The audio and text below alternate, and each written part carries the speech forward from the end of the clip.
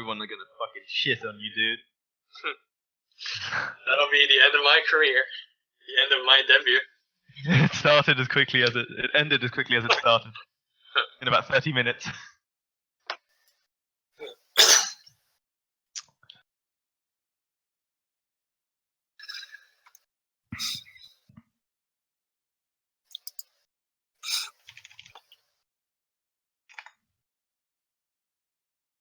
Okay, guys. Hey, and welcome to the SOTL. I'm Tenshi, and joining me here today is Sluggy. It is going to be our first time working together. I'm pretty excited about this one though because Sluggy, being a Korean he lives in Korea, he's bilingual, has this really insane insight into how the Korean commentators work, and I'm super keen on hearing more about that. But why don't you go ahead and introduce yourself, man? Tell us a little about who you are. Hey guys, I'm Sluggy. Joining second time as the commentator for the SOTL. I'm a university student, just graduated in Korea, and looking forward to casting with Tenshi over here for today. Yeah, I'm really excited, man. This is going to be a lot of fun. But to start things off, we here in the SOTL, it is going to be a series between ESR and All Stars Thailand. And before our players have joined the lobby right now, guys, we have a little bit of time to talk. And right away, one thing that strikes me is as I look at ESR's lineup for the three of their 4 players, Chick, Punk, and Silky. These are some fairly prominent Chinese players. Chick, for me, definitely being the one to stick out here. One of the new generation Terrans, together joined by Time and Coffee. So that's so sick because I've casted him a lot in Kung Fu Cup and I've casted him a lot in GPL. Right. And then Punk as well. Silky, I think for me, is definitely the weaker of all of these 3 players. Punk had a decent run in the last season of the Kung Fu Cup, and he dropped out versus he actually played versus Chick and lost 3-1. Right. And then he moved on to lose versus True, who ended up winning the whole thing. But I mean, there's a lot of potential in those 2 players. I don't know Dark Knight, who's going to be the second player for ESR. But dude, I really love this thing with the SOTL that there are a bunch of Chinese players coming into this, because it's very rare, like past the GPL, that I get to see them at all. Yeah.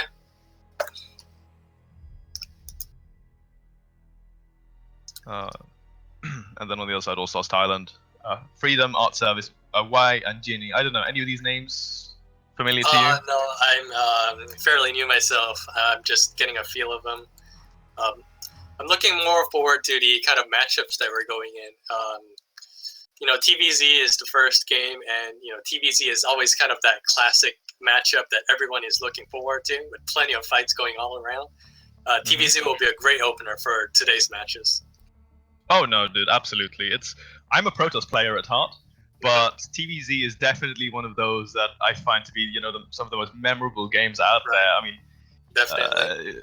Let's just throw it out. Let's get the ball rolling a little bit here. If I ask you, give me one good TVZ, one game there that just to you is just the prime one that you think of.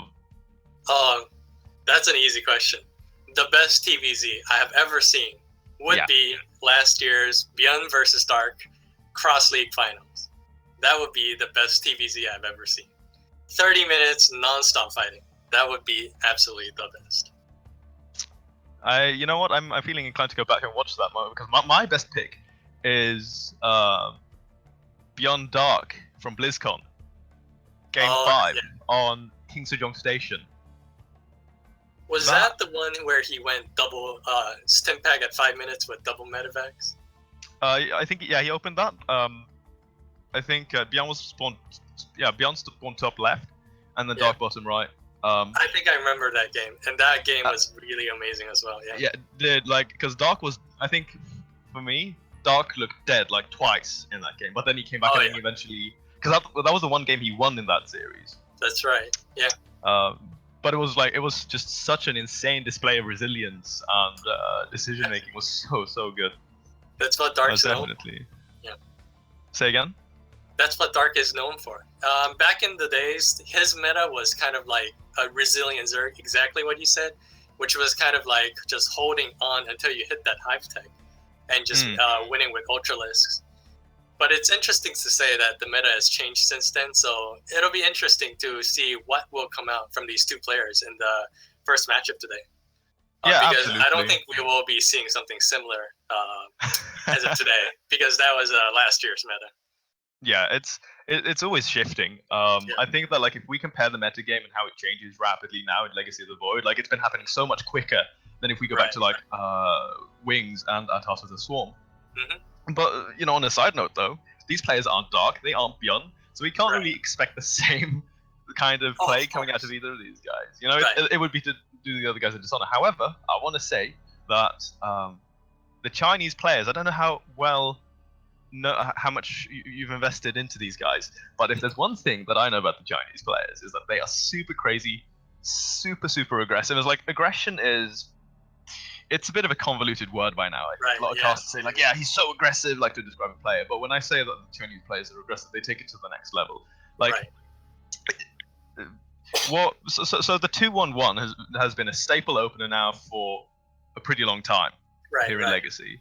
Yeah. And the Chinese Terrans, what I've seen them doing is they take that to the next level, is where they don't move out at the 5-minute mark, 50-minute mark with their medevacs and marines. They wait for another 2 more minutes, and then they move out with like 6 medevacs and 3 times the amount of marines, with +1. Like a lot of really odd attacks, like odd timings. You'll see them cut upgrades for really long to just make sure they have more units. And it's just like a lot of these weird things that really feel super all in, but then all of a sudden, bam, he squeezes in a couple of drones. If he's a Chinese Zerg, it's really hard to read, to be honest. But I would love to see your take on this. Like, so hopefully we'll see some of that Chinese really crazy. Yeah, dude, it's really fun.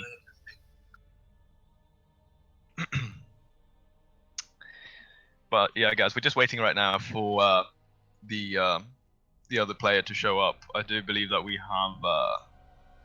Yeah, that is Chick. Dark Terran is his name. Yeah, he's in the lobby.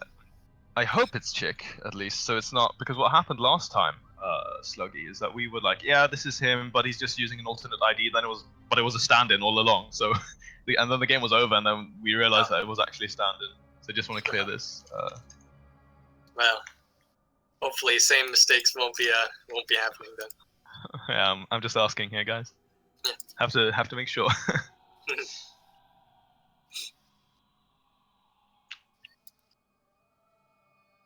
Right, but yeah. So anyway, just a heads up on how interesting this game can be. Yeah. From all the new ideas that you just told me about how the Chinese play their game, yeah, I mean, like, I'm actually thrilled to know what kind of matchups and build-ups they will do. It's something that we often don't see, because in the Korean gaming scene, we can be a little bit close-minded. We don't really look at like foreign build orders, so this could be a great opportunity to share some of the build orders that could easily work in the Korean scene as well. Yeah, because if you remember back in 2013 during like WCSNA, it was Jim and Max said, if you remember, who coined, like, for instance, like Phoenix Colossus to become a really popular build. Max said's 5 gates in PvZ also become a staple build. A lot of Korean Protoss players were doing that at the time. Right. So it is, as you say, man. Like, there's so much room, and I even think like players like Nacho, players like Showtime, showed the Koreans that maybe we're not as bad as you think. Absolutely. If you remember that, beyond actually asking Showtime to practice after he got taken out 2-0. Yeah. Huh? So. There's one thing that that's really interesting, is that because there was a region lock on the foreigners, it actually gave them time to grow. I think that's one of the factors that contributes to their success, and why so many players, foreign players, could climb the ladders on the BlizzCon and show success, instead of showing just blatant favoritism because Koreans are good at everything. No, that's no longer the case. Foreigners have a chance at winning it just as much as the Koreans, given enough time, I think. Yeah, I'm really glad that you say that, because I remember when they announced that, and there were so many people who were critical. I was actually critical at the start of it. I was like, guys, this is gonna just limit. Yeah, because I mean, this is gonna bring down the quality of the games. It's just gonna be like, it's not gonna be fun to watch. But then, at all of these international events, at DreamHack, you had the IEMs.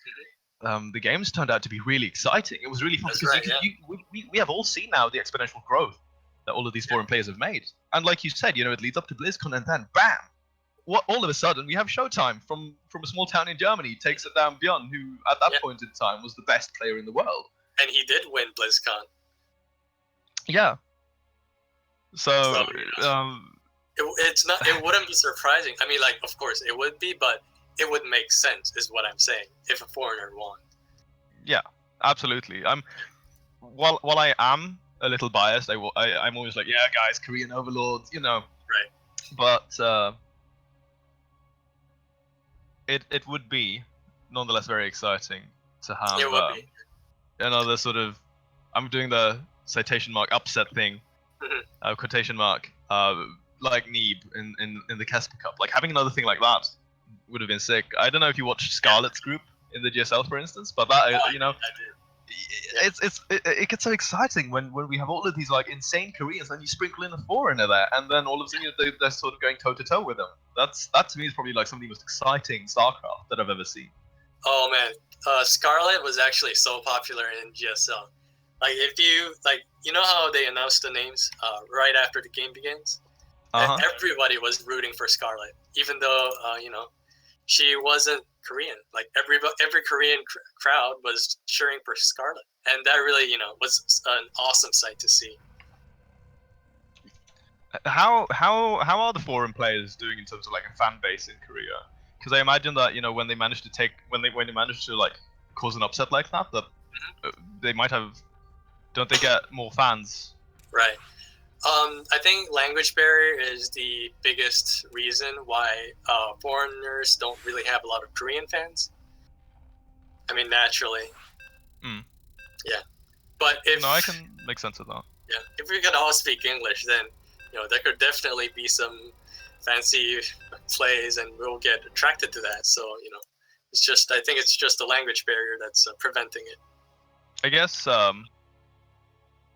maybe like if you're really really good at if you're Showtime, if you're Nacho, someone like that, maybe taking Korean classes wouldn't be such a bad thing, because then you could start appealing to the hearts of all of those potential fans over in Korea, right? That's right. But Sluggy, finally, man, you and I, we've been talking for ages, but we are finally in this game. So down in the bottom right, representing ESR and playing for Zenith of Origin, it is going to be Dark Terran, aka Chick, as our blue Terran.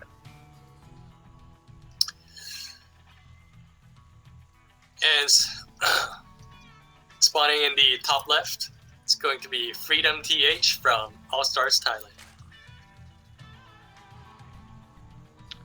Alright, dude. Finally, man. We are in our element. Yeah, dude. Like I said, I've been looking forward to this to be casting with you. Yeah. Because I really think it's if there's one thing that, even as much as I love casting with all the other guys that I work with, it's a lot of the same thing, because we all work in a very similar fashion. I see. So I'm hoping that this is going to be a little different. But if it's not, that's not a bad thing. It's just really fun, to meet and work with new people. Oh, yeah. I mean, and same here. I mean, from my first time here, I found out that casting is amazingly fun, and I like to do more of it. And doing it with you, such an experienced guy, it's a great thing for me. Oh, thanks, man. Yeah. Already, you have a way with words to just sway me. It's working very well. Just a little. Yeah, dude. But okay, so I'm looking at this map just like right off the bat. I think we always have to talk about the maps a little bit. Oh yes, that's true. So here we are, Abyssal Reef, man, TVZ. Abyssal right? Reef. Yeah, to take us through this, man. What are your thoughts on this map or this matchup? Okay, this is one of the very recent maps that's been up on the ladder. It's so new that actually a lot of pro players have not really figured out a way to do this. And here are the initial analysis. If you look at the map, there's a lot of narrow corridors. There's not a single clean open space. Now, that immediately screams out one thing. Air units are going to be strong on this map. Because of all those corridors, ground units can't get a good surround or get a good approach. And if the air units are hiding behind the wall, then that's really even better. So that's a great thing. And another thing about air units is that they're very expensive. And if you look at each bases, you can count the bases. There's one in the main, there's one in the natural, and immediately surrounding that, there's 3 bases. So this map, to me, it practically screams macro. Basically, you can have a very easy time defending these choke points with siege tanks or liberators, or well-placed pylons. And you can just macro up, and you can have a good good army composition. And that is one of the reasons why Zerg players are complaining on this map that it's such a difficult map. Like, I'm not even like being salty or BM. No, I understand that though. I mean, yeah, even Bill admitted in the interview that the new maps are really difficult for Zerg. It's because of these terrain limitations that they're forced upon. Yeah, that's really interesting. I can just say, that I definitely feel the same way with all of these chokes, all the high ground, that it's so hard to find a good angle. Yeah. Because like on this map in TVZ, for instance, like I play Skytoss a ton, man, because it's so easy to get away with that third base, and then the fourth base as well, like you pointed out. Put a couple of pylons on the high ground, get a couple of cannons going, just maintain that vision, and defense isn't too complicated. But we'll see it, because right now, Chick, I mean, he's just doing the good old-fashioned 2-1-1 opening here. We'll see how much he can get done with that eventually, or is he going to go for this crazy Chinese variation I was talking about, where he waits a little bit and delays it? That would be great. But I think for right now, it's going to be the good old 2-vac. At the 5-minute mark, it's going to send in with 16 Marines and 2 metaDucks. And then after that, the usual follow-up is the 3rd metaDuck with 4 Marines and 1 Widowmine. But I would really love to see if the Chinese player has some variation to it, or if we're going to see the good old safe method of doing this. So we'll just wait for that one a little bit to boil down. But on the other hand, man, 2-base Spire here for that is freedom. really interesting. Yeah. He went straight into this. He cut all corners. The only thing he got was speed and I think 1 or 2 additional queens. He only got only 1 additional queen. But so the way that these two builds measure up, this just like flat off. This is going to be really, really hard to stop. He sees the medevacs coming across the map right now, but still he's going to be finishing up here. And like you pointed out there, we're seeing it's just default standard Terran aggression right now. But there's not going to be anything to really challenge this. And one thing I'm a little bit worried about is that he's building 2 spine crawlers. They're going to be quite useless if the Marines are just loaded up to the medevacs and sent into the no. Man, these overlords way out of position. He's going to be... Okay, he doesn't kill the last one there, interestingly enough, but that's still pretty damn. But yeah, man. Okay, I don't know if I agree with this, but I think it's going to lose a couple of Marines. GG from here. There's not... Yeah, this... You can't use Mutalisks to kill Marines. The spine crawlers did shave off a couple of these Marine numbers, but I mean, this is just so already cost effective here for Chick. He's going to get 1 or 2 additional mutas at the end. Cleans up all of the Marines, but those Marines should have pulled out and should have joined forces with the 3rd medevac and the 2nd wave of Marines. But if our Zerg player has actually cleared up these threats without getting any drone damage, then I think it's hard to say that the Terran is winning right now. Ling's even get in there, but this is not an agreeable fight. He needs to get out of there. But yeah, dude. So I definitely agree that he should have definitely pulled out, because now, I mean, he gave up all of that initial pressure that he was that was actually looking so scary here for freedom. But on the other hand, there is no 3rd base coming down here for Zerg. He's got 47 drones, no 3rd base. He's only going to stick. He's going to stick to this. Just try to really gun things down. Now, now you see those 3 spine crawlers going up at the same time in the Zerg's player space. That's 450 minerals. That's more than a hatchery. So I'm really curious as to see. I mean, to me, this just means that he's going to make more Mutalisks, because he doesn't have to want to worry about home defense with these spine crawlers. But it's going to be interesting to see how it goes. He's going to get right on top of everything before none of those active time to finish. They don't even get cancelled. That spine is going to fall as well. Castle Melee upgrade's not. This is just going to be a slaughter, man. The Ling's completely vaporized, and now the Mute is going to fall. And this is going to be GG, man. You can't fight this. Sure, you can confuse a little bit, but he's in his death throes. This game is over. The spread was good enough, so if he had Banelings, I mean, cut down a little bit of Muta, he could have easily defended this, but he didn't. Look at that, by the way, Sluggy. He had 9 drones on that 1 gas in his natural, so he wasn't... another mistake there that really hurt his economy. That's a little bit saddening to see. Because, I mean, he was in a pretty good spot there. Yeah, when he cleaned up those 2 medevacs, I honestly thought he had a chance if he just went up 2 hatcheries more and put down a Baneling Nest. Yeah. But, he has a Baneling Nest, but he's not making any Banelings. So I have to be doubtful why he made that Baneling Nest if he's going to just make 3 spines. I mean, it's just like he simply doesn't have the economy to support all of these things. Muta production, Lings, getting the upgrades. But a little bit of a run by here is going to slow things down. But in the grand scheme of things, I don't think it's going to matter, because how do you stop this big frontal assault? Yeah, these 12 units. 4 metaDucks, it's going to be too strong. He even has 1-1 to work with this, even though the upgrades are equal on the ground. Again, we're seeing those 3 spy crawlers. Yeah. Another 450 minerals that are just going to be worth nothing here. Right. I mean, if you wanted a combat unit that could go against the Marines, maybe Roach Ravager would have been better instead of Ling Muta, but I don't know. As things go, this game is pretty much over. Sad to say. And here we are. Last Mutalisks taken out of the sky, and that's it. GG. And Chick picks up the first map.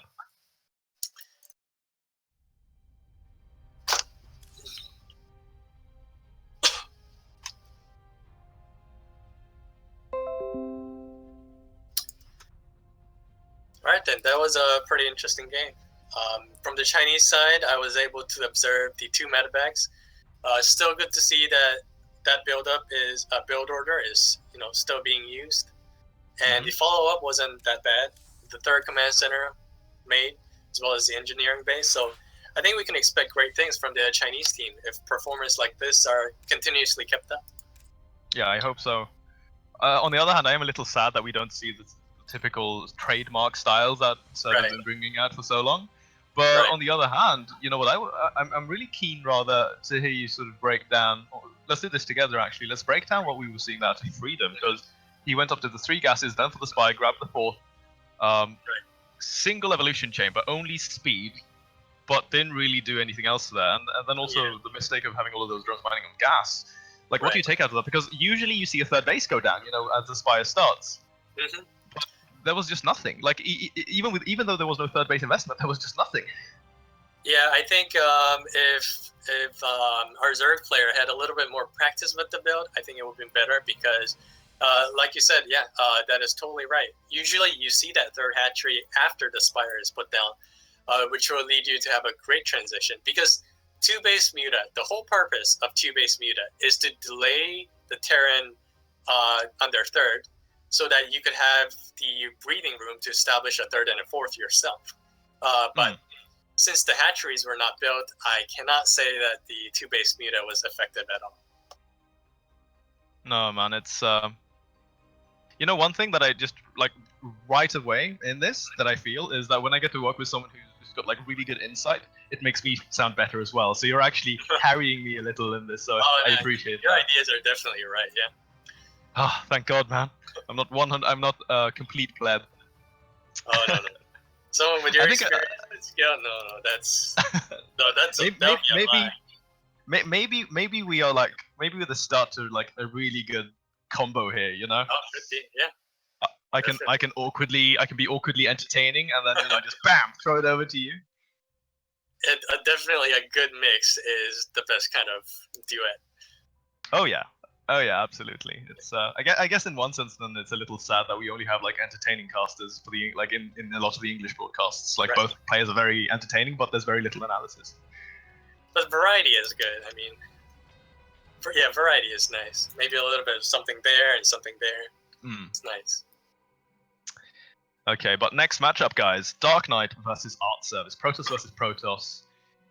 Used to be one of my favorite matchups. Now I've got mixed feelings, because I'm not a huge fan of the disruptors. It's honestly for me just because it's such a hard composition to control well when there's a lot of things going on. You make a mistake in 1 second and half your army's gone. Yeah, it's just as funny as it is to say, it makes me miss Colossus Wars. That's true. And the warp prisms. Oh gosh, the warp prisms. Man, that pickup range, dude. It's the pickup range is what the tank evac was to TVT. Oh yes. You put it nicely right there. That's what it was. Oh, okay, but Sluggy, my friend, coming into game number 2, it is going to be Belcher Vestige here right now, and the Chinese team ESR, they're up 1 game already. It is best of 3, so they take this one, then we are looking at that match point. But Protoss versus Protoss, and we kind of already established that in Disruptor Wars, anything can happen. But we are on Belcher Vestige, a good old classic map from 2013. Oh, yes. We'll introduce our players, and then again, I'm going to let you pick it apart, because you did that so sexily in the previous game. So here we are with the first player up in the top left from Thailand All-Stars.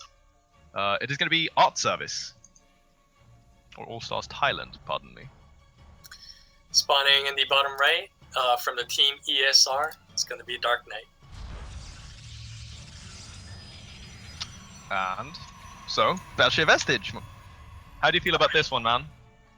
Yeah, I mean, this map, it's nothing special. I mean, the only thing special is that in Legacy of the Void, the third base is emphasized so much. Like, basically, the flow of the game will go on depending on how early and how safely you can take that third.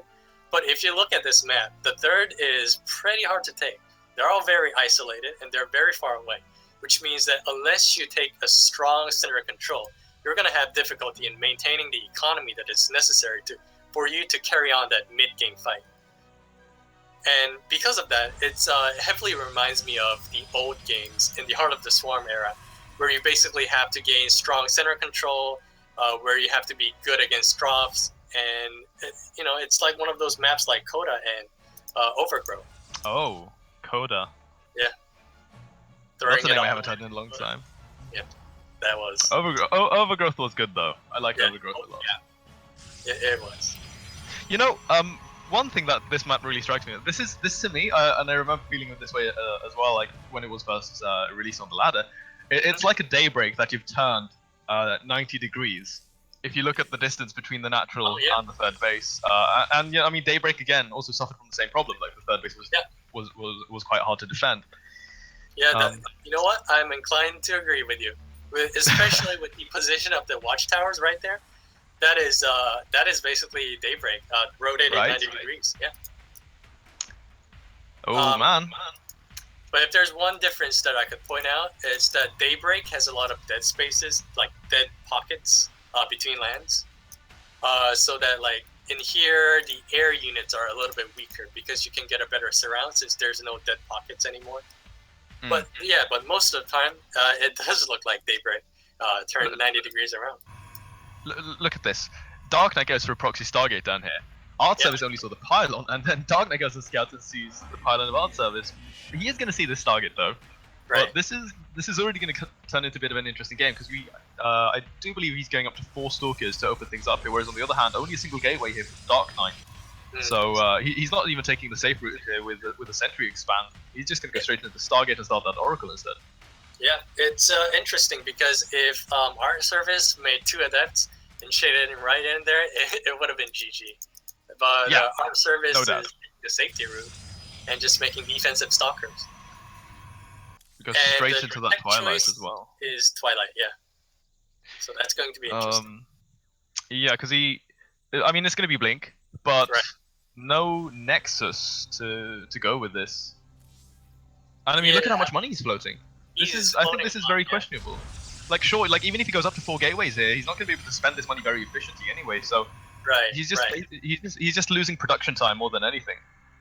And Blink is in PvP, it's always a defensive nature. I mean, you can do Blink Stalkers 4, but you can't do that on 1 base. If you're doing it on 1 base, Adept is better. So it is hard to say that if this is actually an efficient choice for Art Service. He gets a full tag as well, and he does see that Twilight Council. And I mean, he knows exactly what's coming. Yeah, this tag is really important because it actually allows him to macro up, get that drone production to the max. He doesn't have to chrono boost anything because he knows exactly where the threats are. And that's a very good thing for him with an early Nexus. Yeah, and he even sees the 4th gateway going down here being proxied, using the prismatic, not prismatic alignment. I don't even remember Pulsar Beam. That's the name. Pulsar Beam. Oh man, he's gonna power that down. Wow. Dude, that is so huge here. That is actually really big because now there's not going to be any of those quicker warp-ins here for Art Service. And on top of this, I mean, like you said, with that tag, he gets so much information. So now he chronos into that Immortal and the Void Rain. He's going to get these in time. Yeah. Now all you have to do is defend with those pylons. While making additional pylon, that's a great defensive choice. I love it. And he just has to get one more Immortal out, and it's going to be GG soon. Oh, I mean, there's something that our service could do, but the game would be heavily in favor of art service. I mean, Yeah. I like how you first make it. You throw it out there. It's like it's set in stone. But then that was a really smooth sort of way to back out of it a little bit. So, but yeah, like this to break this, you know, when you're on the attacking side, this is like I don't know if I can do this. Prismatic alignment, second immortal is going to be hitting, and then just the defensive weapons. And you know, like we pointed out already, there's no expansion here for art service. One thing I really like from Dark Knight is that he didn't immediately tap the prismatic alignment on the Void Ray. He's saving it for the right blinking. And that's something I like. Okay, that's a good choice right there. Forcing a lot of these blinks. Focus fires down that Void Ray, so that's a good pickoff right now for art service, but the Immortals still he has to be also careful. a lot of energy. He has to fight with Pylon Overcharge. Right now, art service can take him with the additional weapons. He has to be patient and he has to take it slow. And there's only one more overcharge here on those pylons with potent overcharge. So there we are, picks off the pylon, blinks back. So right now this is actually looking much better for art service than I first anticipated. However, Dark Knight, he is going to have the third immortal. Yeah. Focus fires the first immortal. It is going to get low. It's actually going to get taken out. Even fighting under this potent overcharge, but blink on. Oh no, he's overextending. He has to fight with the pylons. Oh, but he thinks he's going to take it, so he's confident and he's moving forward. So that's going to be GG. The struggle is real, man.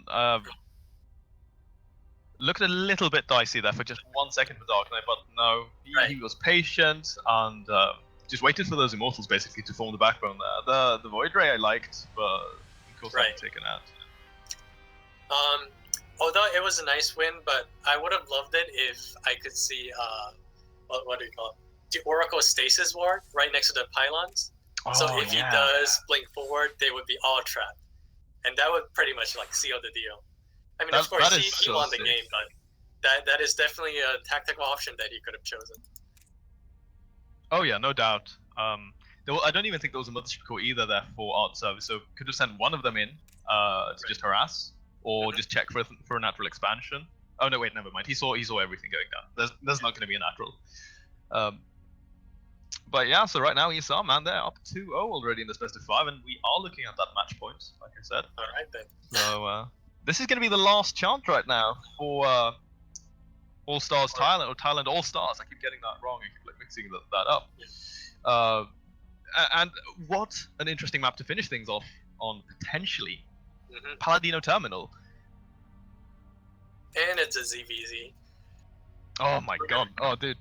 ZVZ is a matchup where build order matters so much, along with the micro. So it's going to be interesting to see the skill difference and the build-up difference, build order difference that we're going to have.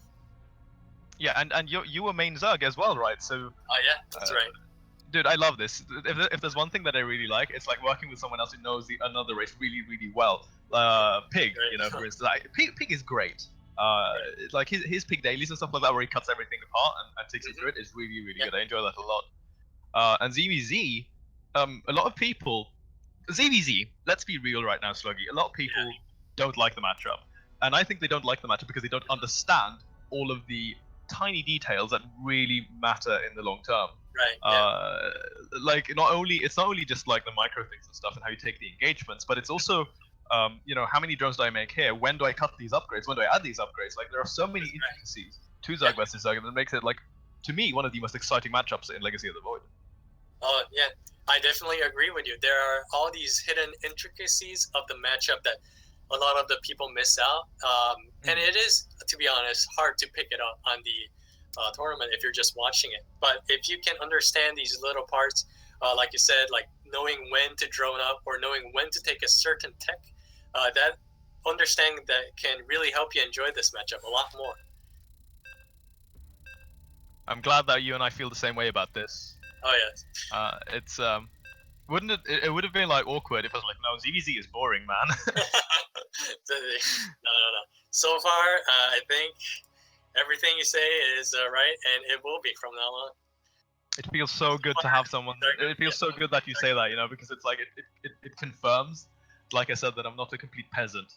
Oh no, the peasant would be me. No, man. Dude, you're doing so well. Like I said, I was so excited about this, but now I feel even more excited to work with you more. You're great, dude. But here we are coming into this game. It is potentially the last one. We'll have to see. Can they swing things around? Here we have our first player from Thailand All Stars. It is going to be Y as our red Zerg. Spawning in the bottom right from Team ESR, it's going to be Punk.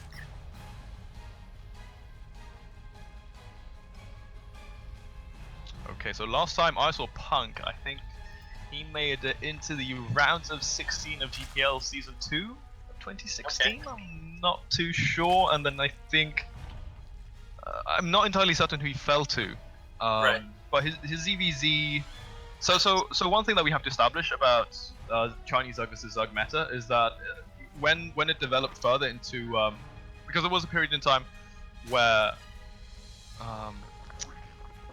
because it's always like about the Zergling and Baneling metagame, like in the early stages, these knife fights. But that was actually kind of completely phased out. Like we didn't see that in China for a long time. Oh, okay. Whereas that really set the pace for the matchup, like in Europe, in Korea. Instead, they would go straight into these big roach wars, and you wouldn't see Ravager tech either. Like the only thing that we'd see in addition to that in terms of tech would be sometimes Hydralisks. Right. They were very slow with adapting into that sort of playstyle. And a lot of that actually comes from this is one of my favorite stories, and I tell it all the time. The Chinese players they had to play with a VPN, when they're playing in international tournaments. So what they were doing is like they were playing with 300, 400 ping, and that's what they were playing around. And that's so sick because you had guys like Isonu and Tudming play versus like A-level Koreans and take them down. It was just like so insane. It's really cool. We don't see that as much anymore. It's definitely sort of standardized itself a little bit, but there are still a lot of expectations here on this Punk guy from me. Yeah, and I would think so too. Yeah, from a team that is going pretty dominant right now. So, as thing is as far as the build order goes, let's see. Punk started with a little bit more of a greedy opening by delaying speed a little bit. If you check the production tab, Y is going to have a much faster speed as well as more gas to make banelings with. So it's going to be interesting how Punk is going to hold this. Right now, he does need to squeeze every little resources into holding this.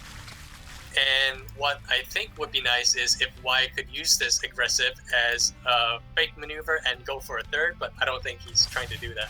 He's going very aggressive here. Okay, we are. Oh, Baneling actually finds a good connection. Oh, the second good connection there.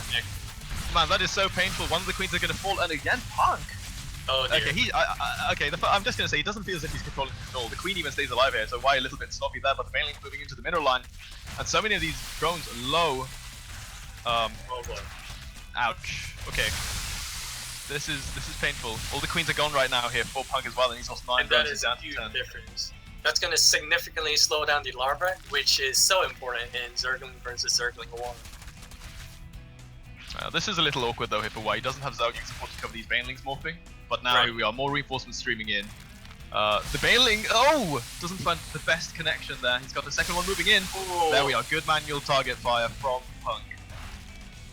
Now, when the queens are down, what you want to do is move your overlords on top of the platform so that since they're no longer under a threat, you can pretty much gain the vision over the entire base. But it seems that he has missed out on that and has paid a very costly price. Oh yeah, absolutely. Punk, by the way, he's got an overlord here as well positioned, so he sees that there are a couple of Banelings walking more lings as well. Right. Yeah, that's a great move right there. Getting some Banelings defensively, Punk that is. But Y is transitioning. He's not making drones, he's building a roach war. On the other hand, Punk actually squeezed in 4 more drones to cover up his losses a little bit here. I don't know, what do you think about this decision? Because he's down in the army count still. I really don't think this is a good decision. In StarCraft, to my experience, what works best is that if you just pick your intention and just stick with it. Now, making Roach Warren at 2 base and going up in a drone count as well, I don't know. Like, does he really need the drone? I mean, does he really need the roaches to drone up when his first base is completely empty? I think the extra drones could be, a lot more helpful, especially when you delay the roaches. Yeah, I agree as well. I mean, it's also more like, even though it's less lava efficient, it just simply costs more. Like, his economy is already very strained. Yeah. So because he spent those minerals on a roach warren and a bit of drones, now he has wasted all his links because he sent the links there with no backup and with no banelings. And of course, with home field advantage, they're obviously going to lose. And roaches are great, but I don't know. With only one base saturated, it's going to be a difficult war to maintain. On top of that as well, okay, I mean, at least the roaches are going to be really good. They will offer him a sort of backbone to fall, so he can fall back on and rely on that. And he will have the banelings and the speedlings, so reinforcements are going to be good, and he's also going to be able to deal with the links quite well. Yeah. However, though, Punk, I mean, he's only making lings right now, and it's all about the surround. If he can isolate these roaches before the additional banelings get on top of him, then Punk is going to be in a really bad spot. Yeah, I think so. And why? Oh no, he should just go straight for the jugular here. He needs to go in there and take the drones down. Now, what Punk can do right now is not go for this round. I mean, he could, but he could send all those lings back in their base, and that's where it's undefended. And roaches are, slow. They don't even have speed. So there would be no way to defend your base and win the front war, win the war that's going on in front of Punk's base as well. Yeah, he got all of the banelings out on the map as well. Just worth to mention here. He's got 3 defensively, morphing here at home, that Y. But, in terms of just the composition, like, the lings in all of this open ground, this is not a critical mass of roaches to fight off Zerglings with. Right. And Y needs to, he really needs to pick a plan here. It seems he's a little bit hesitant, but now all these roaches, they're basically wasted minerals. They could have been drones that could be working on the second base, but they're not. So I don't know. I think the match has been equalized. The advantage that Y gained, it's now 50-50. I think it's null. So the game is stabilized. Both players now droning up. We have a quick lair started here for Y. Like, I call it a quick lair because, I mean, he doesn't really have an economy to get anything out of the lair tech. So this is, to me, a very interesting decision, or maybe it's not even a good decision. But it just comes across as odd to me here. Like, is he just going to try to go for a Spire here? Yeah. Or like, what's the plan? I think he's going to go for a fast roach speed, because as he was walking, he probably felt that he was vulnerable to these link surrounds, as well as getting attacked back in the base. Oh, dude, 6 drones going down in the main base area of Punk. We missed that completely. Two lings snuck in, and Y went for the drop overlord with 2 banelings in. That's actually sick. That's a brilliant maneuver. Okay, we can now see that Y has been the hidden ace card for All Stars Thailand. Oh man, yeah, dude, that is so sick actually. Yeah. That's like that's a Bly level of cheeky right there. Okay, now we can safely say that Y is definitely taking this game pretty well. And with these roach counts, I mean, it's going to be very difficult. What I do like is that he's starting Punk is starting his missile upgrade first, so that he has to hold on to the mid game for that early upgrade to kick in. But he just has to hold on if he wants to win right now. It's going to be a very tall order here, Sluggy. Like you said, dude, you were spot on right there. It goes straight into that roach speed, winding up double gas, squeezing in more drones. He's not started +1, doesn't have the gas whip, but he is going to have it now, so should be seeing that shortly. However, like you say, man, holding on until the later stages of the mid game. Right. To me, that just looks really hard. He has to use these links to basically delay it, just like this, getting into the main base. That's an opportunity. Yeah, he should have gone there. Yeah, maybe 2 or 3 lings went in there just to check that there's no hidden Spire. That would be a great scout. That would give him relief to have some ideas on what to do for the next 5 minutes. Yeah. So he's so he knows he can just commit fully into the roach production here. Why actually going for the wall off as well? He's got 2 roaches in position now. Punk sees all of this though. This is very good, and if he's being staying on top of his game, clicking these roaches, just being attentive, he should see that they have the speed upgrade as well. But this is an interesting switch up here. Why going straight into burrow? He's not upgrading tunneling claws to go with this. but nonetheless, this is going to be giving him a lot more micro potential for these units. I don't think those 2 spine crawlers were necessary, but now that I see him moving out, I recognize his intention now. But with no backup army, it's going to be difficult to see how why is going to be able to make this assault useful. And here we see the Roach first room. There we go, Link's coming from the back. Oh, that's a nasty surround. And the +1 attack finishes up in this fight as well. Sluggy, he managed to hold on there. Why was it a little bit too passive? Punk did wait. He's going to get punished for it. Now, the big difference, the brilliant move that Punk made was that he did not make Roach speed. He used that resources to make that +1 missile attack, which really did pay off handsomely because he was able to hold off with that +1 attack. And he didn't need speed because he was defending on creep.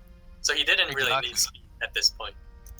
That is so sick. Such a smart decision here from Punk. Definitely understanding the position that he's in. Why, man? Behind this, he's not got a third base anywhere in sight. 29 drones is the economy he's going to stick to here, and he's just going to stick to his guns, man. He's just making more units. I think this is going to be an all-in because, yeah, it's definitely an all-in. All his queens are moving slowly across the map. You know what I would like more is that to make this even more deadlier, he could move all these overlords and start deploying creep and move those spine crawlers along with it as well. Because this is all-in. I mean, it's just one way to make it even better. That would have been such a sick move. Yeah. This is also quite frustrating for Punk that he's going to lose through these overlords. I don't know if he's seen Faro though. But he doesn't. Oh, yeah, he must have seen that. He must have seen that because he killed 2 of the roaches sweeping into his main base. So now he knows. I think he missed it. Oh, where are the roaches? Yeah, they're at the end of the base. Yeah. Must have happened too fast. Yeah, but okay, there we go. Now this engagement right now, the roach numbers heavily favor Punk. He's actually going to go straight in for this, take the fight. The concave is massive. The Queen's not helping out too much. Misses a transfusion as well. Why is this going to get crushed at this? Yeah. And that's going to be GG.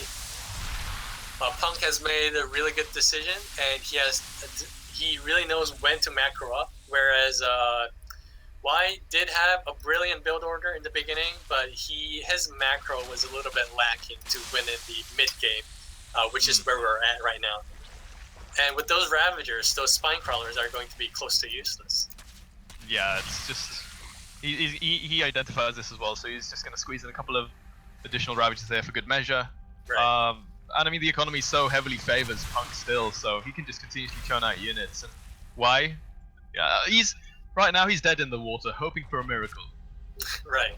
I mean, if he loses now, then it's all over. So you know, he has to do something. But unfortunately, when the macro differences get this big, it's a little bit difficult. And here we are, just so many roaches here for Punk. He's going to stream into the natural expansion. Drone's being pulled off the line as well. White in his death throws. Yeah, this is it. Another last up in the natural. This is going to be it. Alright then. Okay, that's going to be GG. If Y is listening to this stream by chance, I would like to tell him that he could actually use the Roach Warren as part of the wall to defend, as part of the SimCity, instead of using 3 Evo chambers. It's a little more efficient because then you don't lose the drone and you don't have to spend the extra money and stuff. Yeah. But ESR take it 3-0, man, and that means that we're not going to have any more games for a little bit. But okay, Sluggy, this was pretty damn good, I have to say. This was brilliant. That was good. I'm very happy with the turnout right now. Yeah, so likewise.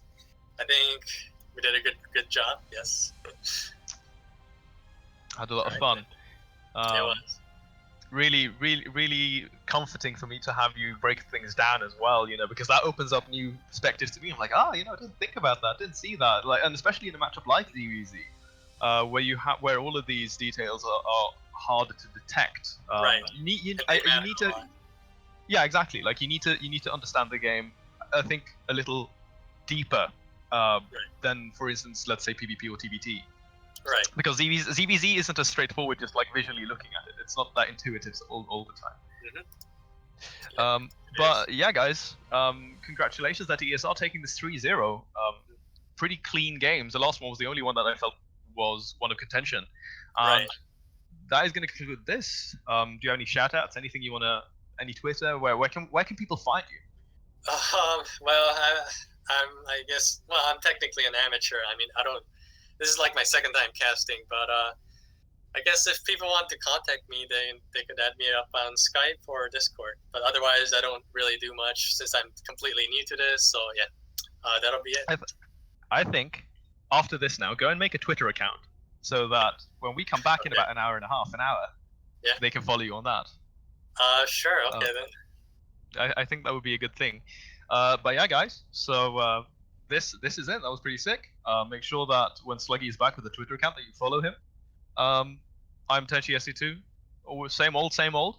But we're going to be back in about an hour. I think an hour 10 minutes, maybe 2 hours if I'm not completely lost. With yeah, so and the next one is going to be Team Flames 1 versus Devious metaDucks, which is going to be coming up here on the same channel. And so that's going to be it. We will see you guys then. Thank you very much for watching. And we will be back in an hour.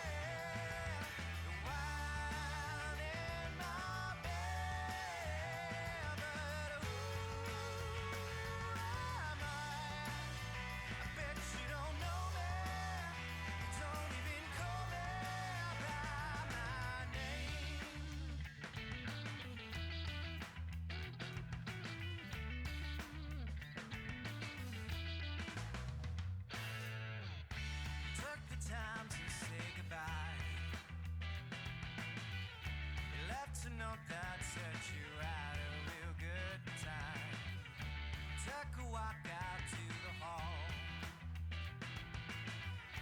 Ask myself how much it meant nothing at all. Is this love? Am I blind? Are you wasting my time? When we first met, wild in my bed, but who am I? I bet you don't know me.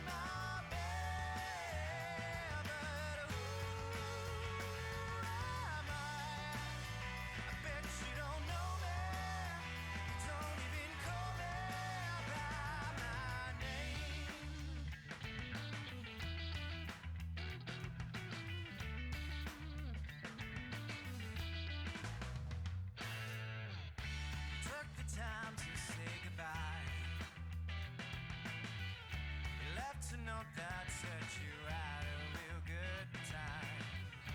Took a walk out to the hall. Asked myself how much it meant nothing at all. Is this love? Am I blind? Are you wasting my time? When we first met, wild in my bed, but ooh,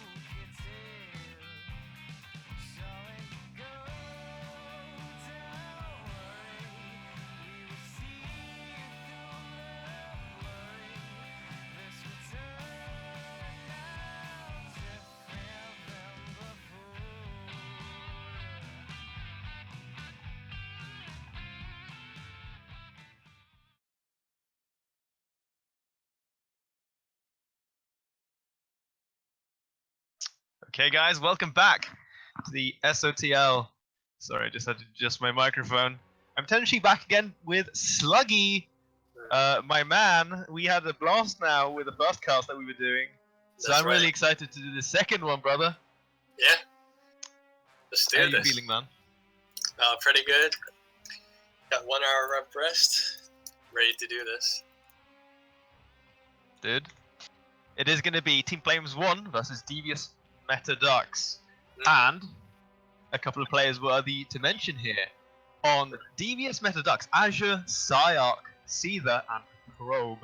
I'm not very familiar with Azure, but the other guys, definitely noteworthy. And there is one player there that sticks out right away for me, and that is, of course, Mr. Psyarch. Right. Met him in WSG in China.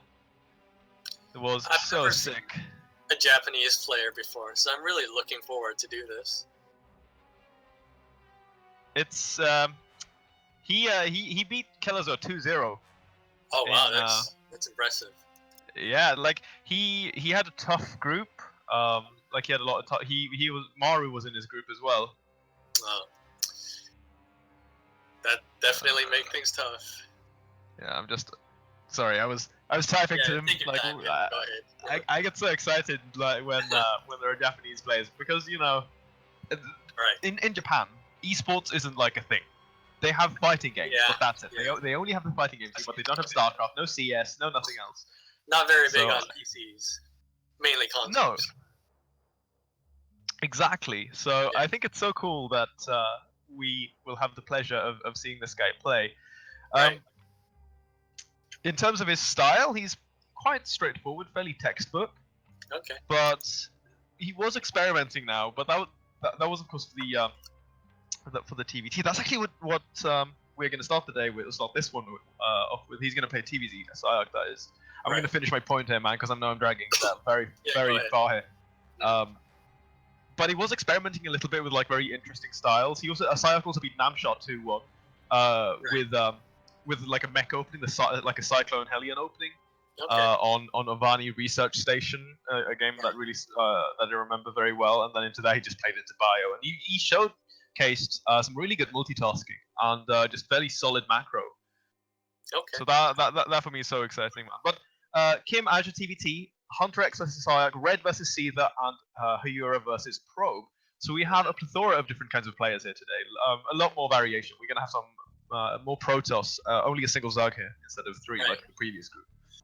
Yes, speaking about that, what I find really interesting is that from the metaDucks, 3 players are Terran. I mean, there's got to be something special about that in there. I mean, when you're in a team and like 3 players out of 4 is Terran, that makes it pretty strong for discussing strategies and build orders Right. for a matchup. Yeah. So I could definitely expect great things from Terran right there.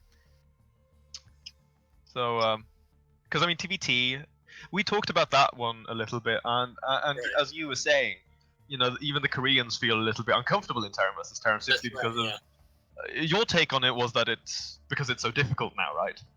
It's so difficult to lose, and when you lose, it doesn't feel like you lost because you are worse than the player, but it's just because you are off guard. Yeah, like because like one split moment where you're not paying attention and then bam, Right. Exactly. the big drop into the main. Mhm. But that's of course like if it comes to that stage, like both players have a little bit of time to macro up in the mid game. But for this one, I can't really say all too much. I'm still not very comfortable in the new map pool. Right. So yeah, no one is. Yeah, Abyssal Reef. I think the map the maps are going to be played out in the same order. So Abyssal Reef, Belshire, Paladino, and then Proxima Station if it gets to that. For the Ace game. Mhm. It's going to be sorry, Ace. interesting to see. Yeah, go on. Sorry. No, Go on. I said that the Ace game was Proxima, but that's Cactus Valley actually, so I was mistaken there. Yeah. Now go on, man. It's going to be really interesting to see TVT being played on Abyssal Reef, because traditionally from TVT you would see like tank and marine maneuvers trying to get around each other. But in Abyssal Reef, I mean, there's a lot of walls and corridors, so that's going to be very difficult to maneuver around, especially now that tank evacs are gone. So I'm really looking forward to how these Terrans are going to duke it out in the Abyssal Reef. On top of that as well, I think you're starting on to a really good point there, because we have to consider that, like, the positioning and the slight immobility of the armies with the artillery that is the siege tank. But on a map like Abyssal Reef, because we've also got like the tall grass, right, or whatever we're going to call it, the vision blocker, which means that there is potential to set up like some really sick ambushes with just a medevac and a bunch of marines, or maybe you catch your opponent off guard with. You can set up siege tanks to siege up the fourth base, because then if you get siege tanks in that position, you sort of lock down any ground between the third and the fourth base. There's like so much space to control potentially on this map if you can get into that position. Right. Yeah, you're right. There's so many dangerous places where you can set up ambushes, and just like why so many players hate TVT. Like, if you walk into one of those deadly ambushes, then the game is pretty much over, because once you lose that much Marines or tanks, it's going to be very difficult to come back up in a mirror match, especially. Yeah. Especially I want to say, like, even more so in a game like Terran versus Terran, where the production is so slow. Like, you miss a couple of, you lose 4 or 5 siege tanks. Those aren't tanks that you can just remake like that in one go. Zug. That's 5 cycles of production you're never going to get back. Yeah. So I would say it's, like, in some cases even more punishing to lose a lot of these important key units in Terran versus Terran. Right. And you could say that Marines come out rather quickly from reactor barracks, but that's also not the case, because if you skimp out on scans, then you're going to pay heavily, big time. You have to be constantly scanning, constantly looking out for those ambushes and those drops. So, like, compared to other matchups, you can't have a lot of mineral income from those mules as well, but you gotta bank it up on those scans. Yeah, that's true.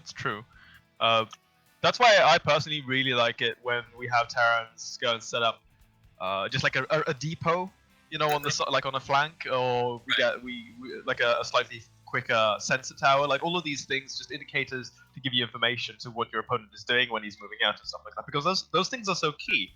Like, we've seen, there are many games, where there's a bit of an exchange of fire in the early game, and then after that, one player moves out with like 3 siege tanks, a handful of marines, and the other guy has no idea this is coming, and then all of a sudden he has this siege up in his third base, and then like a recovery from that, or like a breakout, is really, really difficult. Back when tank evacs were a thing, like, the recovery was possible, but tank evacs are no longer in the game. So yeah, these if you miss out on these careful creeping advances, then you're going to have to float up your orbitals, and it's going to cost heavily. Oh yeah, absolutely. I'm so glad that we keep coming back to this, like, to the older things pre-patch now with the changes and such, because the tank evac the dynamic of Terran versus Terran was just, it was a positional game. It was a slow positional game. Like, we wouldn't, like, nowadays because like now we have the double gas openings where you see Ravens squeezed in, and it's when we see players go for that, the double gas opening, delay the command center a little bit, there's a lot more early game aggression, something that I think is a way that people have started working around as a way to compensate for the fact that they can't pressure with the tank evac anymore. Like, you have to find other ways to, like, slow things down for your opponent, apply pressure. So it's a very interesting take on it. But then after that, when we come into the mid game, when tank production starts lining up, we get the marine counts higher.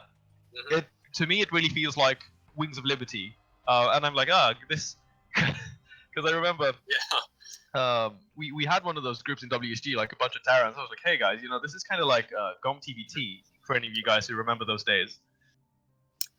Those are the days. Back when you had to actually research siege tank mode. Oh yeah, dude, on the tech lab. Yeah. That's like what, 4 years ago? 5 years ago, man. Yes, 6 years ago. Oh god. Yeah. How old are you? How old are you? I was probably like 18 or 17 or something like that. Yeah, same. Are you like 93, 92? Yeah. Yeah, same. 90. Okay, so we're basically the same generation, you and I, man. That's right. So we're both getting old. Yeah. Okay. I was just into this esports, but I didn't actually start playing until Heart of the Swarm. Yeah. But you were watching it. Yeah, I was watching some of the, I was watching Nisty and MVP and all that. MVP, man. Yeah. So that's like, to me, I remember those days. It feels so different, like I think all of you guys can relate to this as well, like all of you guys sitting at home, that Right. because there were very different times. Like esports was on a rise. The only big esport was StarCraft. CS, Counter-Strike 1.6 had a lot of tournaments and stuff like that, but it had never taken off like as a Wasn't big at that main level, thing. yeah. Exactly, it wasn't the hype. Like StarCraft was the beginning to what It was esports the is beginning, today. yeah. Mhm. Like SC2 laid down the foundation for what we have today, guys, with all of the other esports like Hearthstone, League of Legends, CS:GO. Sorry, I don't mean Hearthstone. We all know it's not a real esport, but the other games. Right. And it's so exciting, to sort of go back and even just talking to people like yourself, here, Sluggy, about these old players. Marine King, the Marine King MMA rivalry, MVP Nesty rivalry. Like there are so many of these. I wouldn't say that they can really challenge the authority of like Flash J-Dong from Brood War, Right. but they're close to me. They're very close. They were as close as it gets, yeah. Yes. And That's how I feel. I feel like there's also some things that they accomplished that Flash and JD didn't, and that's like changing the meta. Like Brood War meta changed very slowly over the years because it was never patched after 2001, right? It was actually the lesser known players who have changed the meta with combining Lings and Ultras and the hype tech. But it wasn't like Flash and JD who did that. Flash and JD did those like perfectly. That's what they did. But they took those things and like optimized them. Right. They were the ones who are constantly innovating. I mean, like Nesty is probably one of the smartest players in esports. Like constantly coming up with new strategies that nobody's ever thought of. Like constantly changing these metas. That's something that they have accomplished, and that's what they're unique for compared to Flash and JD. So they're different in that aspect. That's a very interesting point that you bring up as well, because I think that while Brood War definitely warrants a lot of the hype and a lot of the glamour that it carries with it, the legacy of that game, because I mean, 18 years and it's still going. Right. But I think a lot of people undermine StarCraft 2 as well, for as you point out so brilliantly, is that the comparison to how we have these players who define the metagame in their own right. ST, MVP. The equivalent today, I would say, would be like Innovation and Dark, two players that stand out to me. On the Protoss side, it's I guess Zest, in earlier Legacy, with like and also like but I don't really think that to me personally there are many more names of those guys. Like for me, Dark and Innovation would be the two prime players that I would say have like definitely impacted the metagame, especially and then Dark. There's SOS, except that nobody can really SOS. Nobody can really copy SOS. Like That's he does true. his own thing, and only he can do it. Man, another legend. But like overall, I think like StarCraft 2 is like getting patched all the time. Like patches and the feedbacks are constant, and I think that's one of the great improvements compared to Brood War, because we can never say that something is just OP and unfair and imbalanced, because all of that is going to be changed once we have a deeper understanding of the game. And I think that's legitimately an improvement in terms of esports. Yeah, no, absolutely. Because I mean, the environment that we're in right now, especially in an RTS game, like in a game like StarCraft 2, it's become a bit of a niched thing, that people consume, because there are no other RTS games out there that can compare to StarCraft 2. That's right. Yeah. And this ecosystem that we have, Blizzard, I think, have done a really good job nurturing that and working tightly with the community. Because as you say, you bring up that with Brood War. I think like the only time that there have been like patches would be like some small changes to certain maps via Icy Cup to like balance them out a little bit. Like you had a mineral patch to block something here, or block something there. But Never true. these big significant changes like we're seeing in StarCraft 2. Mhm. And if it weren't for this tight interaction from Blizzard and the balance team, we wouldn't have such exciting developments in the metagame, you know, where someone say, like, they reworked a couple of the units and people go like, okay, they're just going to be stupid, and then all of a sudden, you know, you see them play a ton. Everyone were hyped for the Lurker coming back in Legacy, and then a lot of people were still kind of skeptical. They're like, no, it's not going to be good, it's very immobile, but then the Lurker came to dominate CVP for a really long time. You know, it's so there's all of these things that have sort of come out of the woodwork that when you didn't really expect them to. And it's all in the hands of the players with all of their innovation, and then with Blizzard working very tightly with them. So that is, thumbs up to them. Definitely something to praise for. So, by the way, guys, I think our players are a bit late. Yeah, it does look like it. We're I'm not gonna say that I'm disappointed though. We've had a really good conversation here. It means a lot to me, you know, when I find people that I feel I connect with, and we can sort of reminisce over the good old days, I guess. Oh yes, the good old days. That's when it all started. Yeah, dude, man, the hype was so real. I remember that sitting up. I was like, what was I, 17 years old, watching MLG with a bunch of friends. We'd like bought lots of snacks, straight home from school, getting ready. So good. We just spent the entire weekend watching StarCraft, and then I got all of my friends to play StarCraft as well. I played Zerg at the start of Wings, and it was like Platinum Diamond Zerg, and then all of my I got like 4 or 5 of my friends to start playing, and we had like tiny in-house tournaments because everyone brought their PC over to my flat. That sounds like a good old time. Dude, man, it was amazing. Yeah. What about you? Tell me about your like. Obviously, you were now finishing up with uni. You've been working hard, studying and stuff like that. But do you have any of these fond memories, sort of similar to mine? You know, where I played a lot of Brood Wars back in high school, and I went to an international school, so there weren't a lot of Koreans. And when I did play Brood War with foreigners, because like in Korea, there's not much like available space. Everything is cramped and narrow, unfortunately. But that also means that you're going to be spending a lot of time playing computer games. Like pretty much everybody is good at StarCraft, because like, you know, that's what you do like when you grow up as a little kid in Korea. So like I would play Brood War with all my friends in high school, except I was the only Korean guy, so you know, I would beat all of them up. Of course, man. You gotta keep the stereotype alive. You know, it's, that's right. Yeah. Hard as it is, it's something that needs to be done. You know, because the moment they start beating you, they start disrespecting you. We can't have that. That's true. That's true. And you know, I gotta represent my people down there.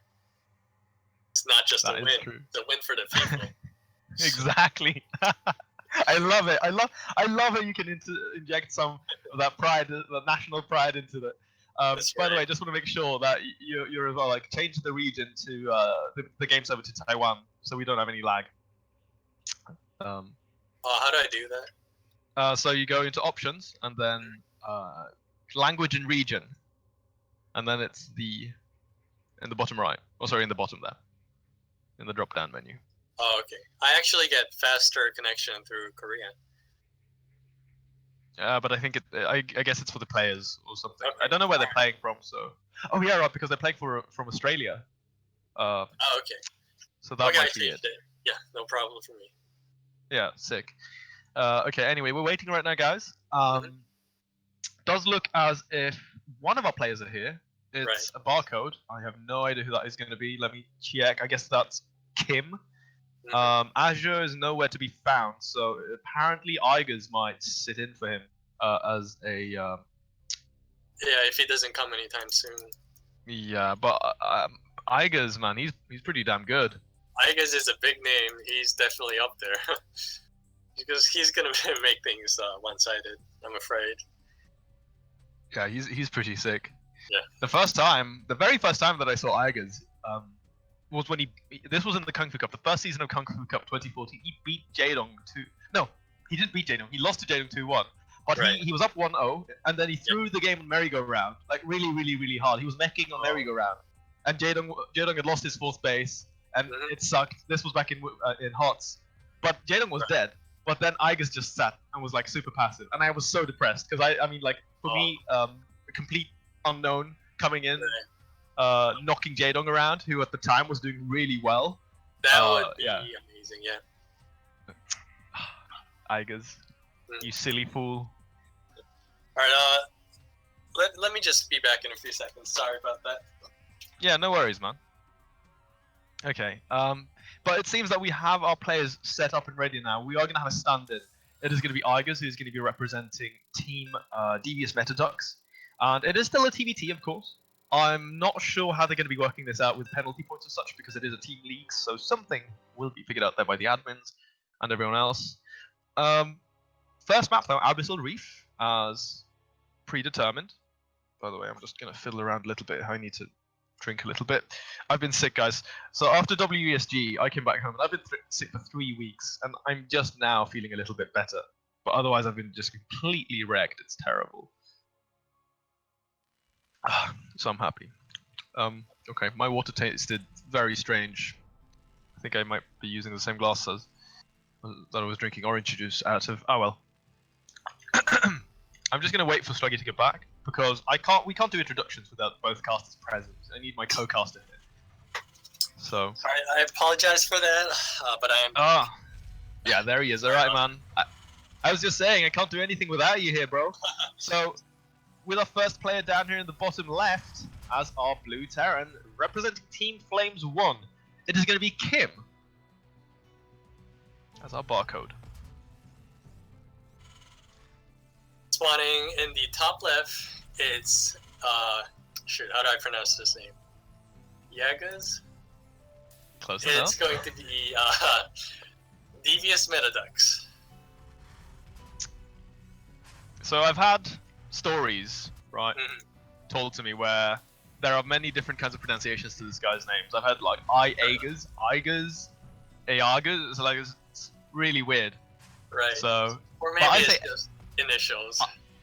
Yeah, maybe. Yeah, it is actually Zugai. I think that's his surname. Oh, okay. If I'm not yeah, I'm quite sure it is his surname. But yeah, we'll say whatever, man. It doesn't matter. Alright.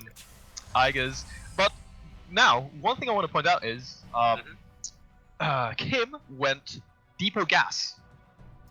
Yeah. That's how we open things up. Whereas on the other side, Igers just went into Rax Gas. Double Gas actually being taken here right now for both players.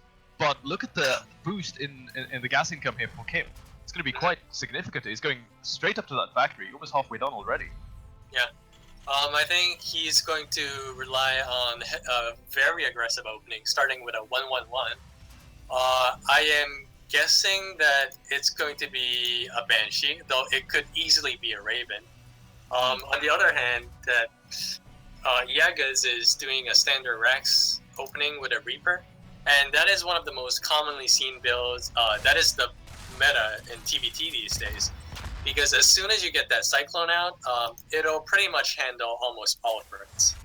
However, with that being said, the Reaper still needs to scout his base and realize that the second base is not up and that he's going for 1-1-1. Yeah, and there we go. Reaper comes on in, and he's going to seal this, man. You see, the timing of the starport is definitely a big tell. So, oh man, this is really good. Oh! Loses the Reaper. I thought I was going to save it. Okay, this... It might not seem that significant in the grand scheme of things, but right now with the situation between both of these players, every single unit definitely counted for Igers. Oh yes, it does.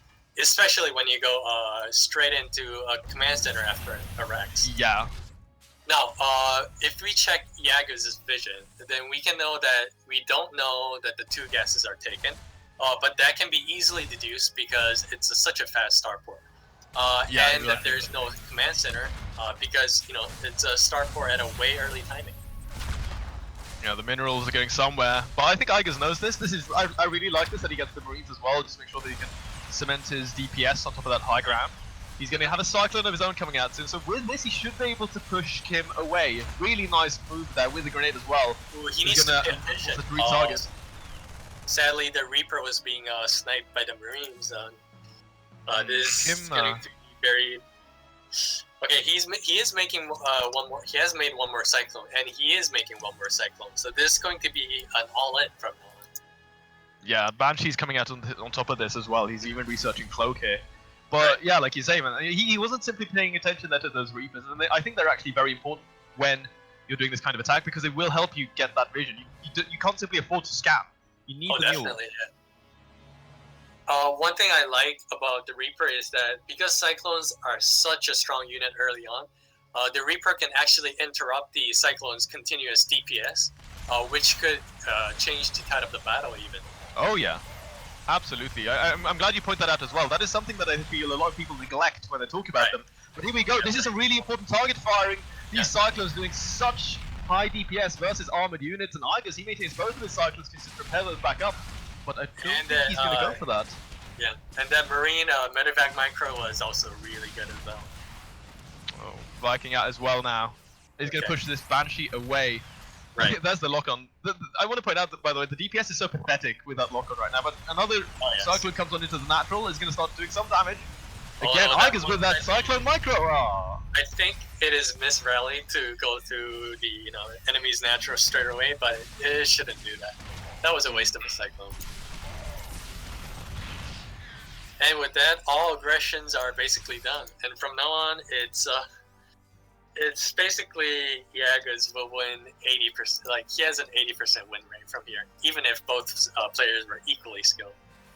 That's how bad it is. Oh yeah, no, absolutely. Like the command center is just now finished up here for Kim, but as you can see, he's forced to take a very defensive posture. Like he can't even risk even going down into his natural and setting things up there because he just risks being overrun. The threat of the medevac is too great. The air control is in the hands of Igus as well. And on top of that, I mean, he's got the greater economy. Everything is going his way right now. That was a really good hold from the Australian Terran.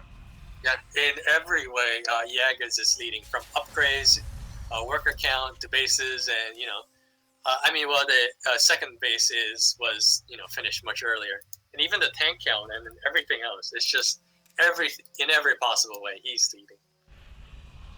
So you're feeling very good here for your Igus. Yeah. So if I were in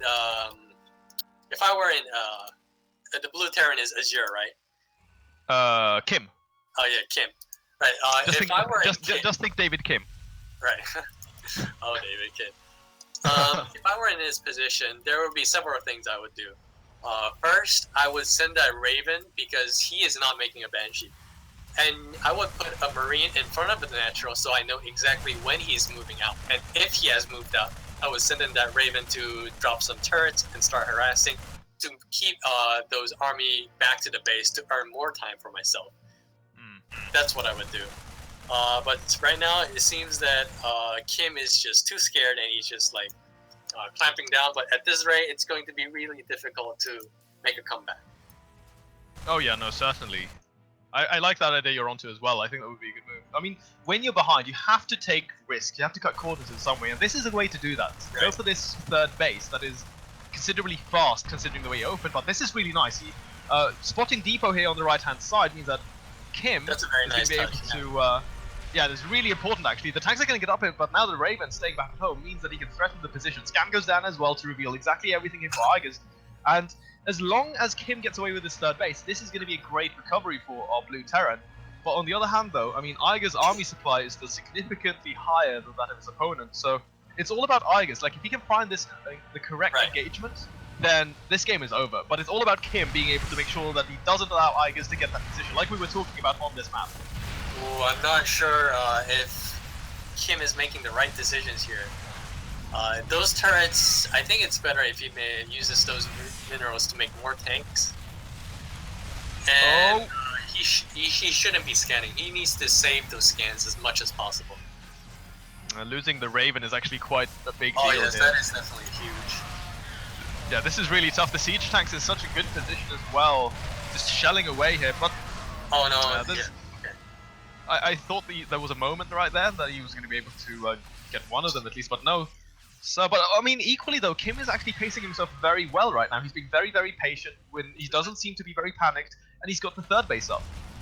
And he's got double engineering base, so if he can just somehow hold it to the mid game, then there might be a chance where he can make a comeback. We say that though, as another army is making its way across the map right now. Oh, Jaggers' macro is just way too good. He knows how to make an engagement and make the army at the same time. Yeah, dude, Iger's macro is insane, man. Look at this. He's gonna come in to see the third base as well. This is gonna go down. No way this stays alive. Just there we are. And that's GG.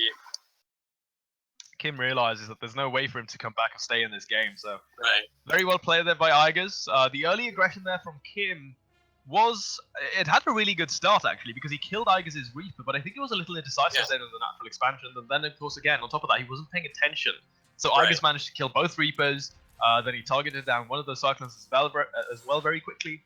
So I think it was just like control issues there from Kim really, because he had a really good start to what he wanted to be doing with that all in. That's right, yeah. Although I did like Kim's third command center. I think that was definitely a brilliant move, where if he could just hold on, he could make it to the mid game and maybe secure a victory there. But it was a little bit inefficient, especially with that scan when he clearly had a Raven. Yeah. As well as spamming the 2 missile turrets where he's, those could be easily taken out by tanks. So, he made a good decision, but it was just, they weren't all that good on the whole. Yeah, I guess, this was a pretty good display of a few good ideas.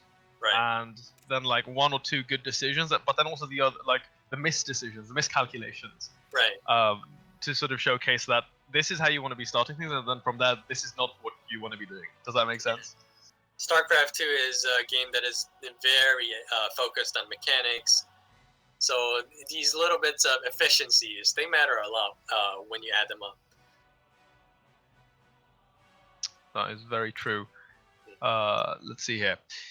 Next game coming up, ladies and gentlemen, is going to be Hunter X versus Psyarch. If my information is accurate, it might not be accurate. It does look as if we are going to have a sub, perhaps.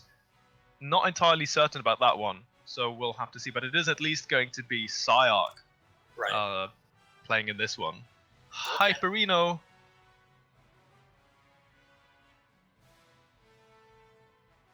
See, yeah, there we are. He's in the lobby. But map number 2 is going to be Belcher Vestige. Again, we've talked about this a little bit, but we actually have a lot more viewers now. We're doubling the viewer count, basically. Talk us through Let's talk about the maps. Let's talk about the maps. I love hearing you dissect the maps, man. It's really entertaining, and I enjoy that a lot. So, Belcher Vestige. It is going to be for that TVZ. Right. Well. I would love to discuss the maps, but I think it would help the viewers a lot more if they could like visualize it while I'm explaining. So I'll be taking care of that in the first 2 minutes of the. Okay, yeah, that sounds good. Yeah. But matchup wise, after we had that TVT, TVZ is as I've always talked about it, it's one of the most popular and entertaining matchups that you can expect in StarCraft 2. So if there's no significant skill gap between the players, then could easily be the match of the night. I want to make sure that I'm not mixing up this Yuki, by the way, with the other Japanese player. Because there are 2. There's Psyarch, and then there's this one other player who is a Zerg as well, I'm quite sure. Okay. And if it is the same guy, we would have like the 2 prime contenders in all of the in all the Japanese tournaments. Like it's always the same guys, Psyarch versus that Zerg in all of their finals, which means that we would potentially get a matchup, where there's a lot of history between these 2 players. But I didn't get any confirmation. I'm sad about that. But we'll see, man. So coming into Belcher Vestige, our first player in the top left, as our Red Terran. Playing for Team Devious metaDucks, it is going to be Psyarch.